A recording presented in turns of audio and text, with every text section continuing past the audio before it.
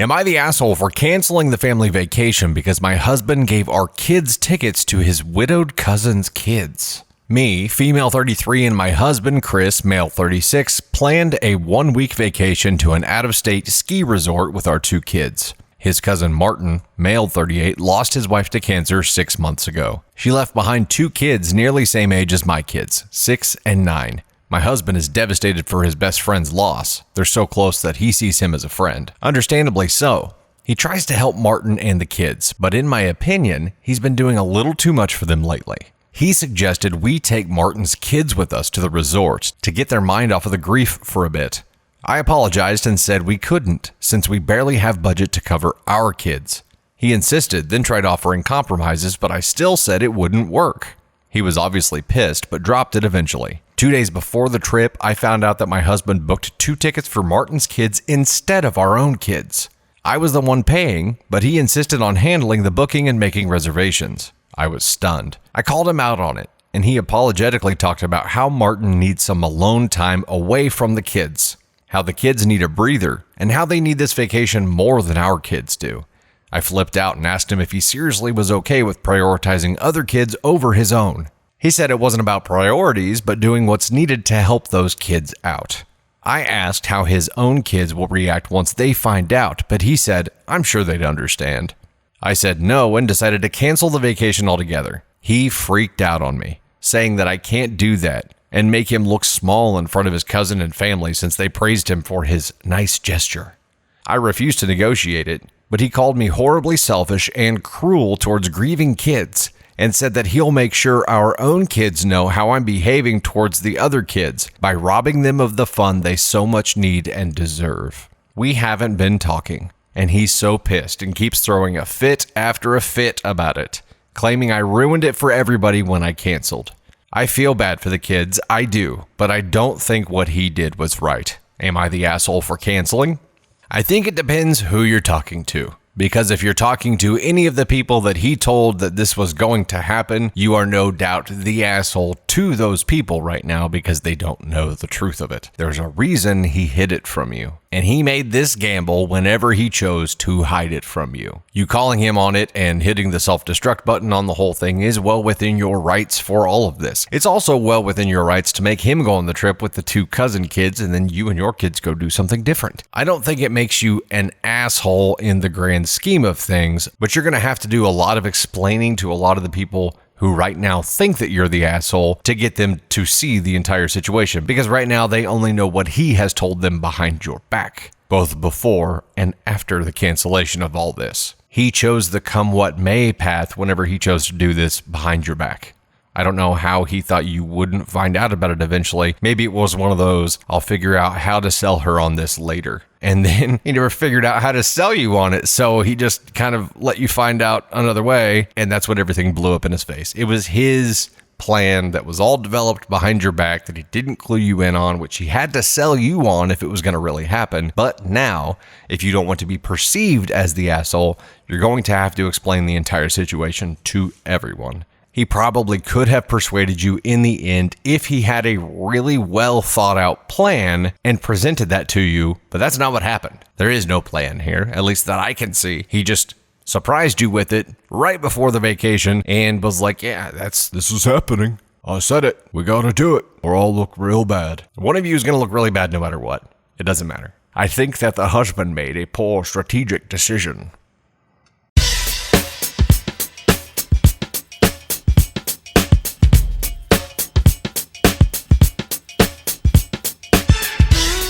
Am I the asshole for not wanting another child to use my baby's stuff? My husband and me are expecting our first baby every moment now. We bought everything and I already prepared the bed, the stroller, and all the other stuff for our child. My sister-in-law visited us yesterday with her baby, 2 months old. All was well until my niece got tired and had to take a nap. So my sister-in-law asked to use our crib. Well, I don't feel comfortable with another child using my newborn stuff. I can't explain why, it's just how I feel. So I said no. It got awkward, so they left. Today I saw that my mother-in-law texted my husband that I acted like an asshole. She also thinks that I'm selfish and spoiled. I feel like I could have said yes and the baby could have had a nice nap, but I also think that I am right for wanting my baby to be the first to sleep in its own bed. So, am I the asshole? I think the kicker here is that they're expecting their first baby. And with your first kid, I think you're a lot more likely to feel like that. It's okay to feel like that. It's okay to be protective of their stuff. I think after your first kid, if this was her second, third, fourth, maybe even fifth, because, people are crazy like us, you would probably be like, sure, no big deal. Here, actually, let me just go ahead and swap out the crib cover with a different one. With your first baby, it's way different. You haven't gotten to the point where it's not a big deal yet with your first kid. So I understand OP's point of view here. And I don't think that she's the asshole because it's her first kid. I feel like she would have felt differently if it wasn't her first kid. Clearly, sister-in-law and mother and everybody else involved here feels differently. And I'm guessing that sister-in-law means brother's sister because brother's mom is involved. So she married into this family who just views that situation differently. And I think a lot of that has to do with how you were brought up too. So not a big deal. They just see it differently. Doesn't make her an asshole.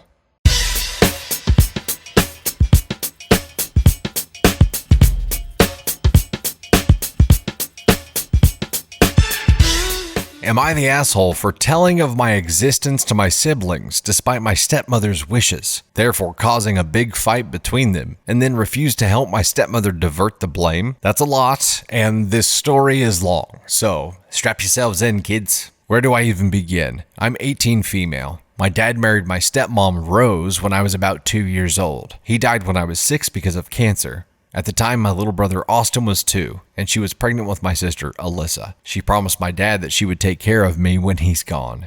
After my dad died, Rose left me to foster care. She told me that she can't take care of me right now, but after her baby is born, she will be back for me. But she didn't come back. As I got older, I reached out to her. So did my social worker. She refused to allow me to see my siblings. I did this every year, and she refused every year. After turning 18, I reached out to Rose again, and she told me I'm a stranger. Her children don't even know that I exist, and they have each other, and they don't need me, and she wants me to keep it that way. She told me to go look for my mom's relatives if I want a family, that her and her children are not my family. It wasn't a pleasant meeting. A few days later, I said to myself, fuck it, I do exist. I'm a real person. I will go tell my siblings myself. I talked to Austin's best friend, found her on social media, and told her everything, had lots of pictures and documents as well. Once she was convinced, she invited Austin and Alyssa over and I met them and told them everything. I had lots of pictures, including some of me and him together when he was a baby. Also of me and my dad, and Rose as well.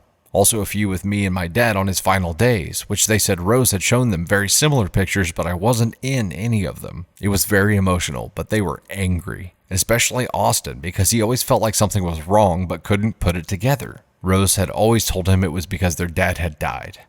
Anyway, they called their grandma, Rose's mom, and she confessed as well. Told them that she wanted to tell them the truth, but Rose had threatened that she would cut off contact if she did. They eventually went home and confronted their mom, and all hell broke loose. Rose was initially furious with me, even called the police. They dismissed her after talking to Austin and Alyssa.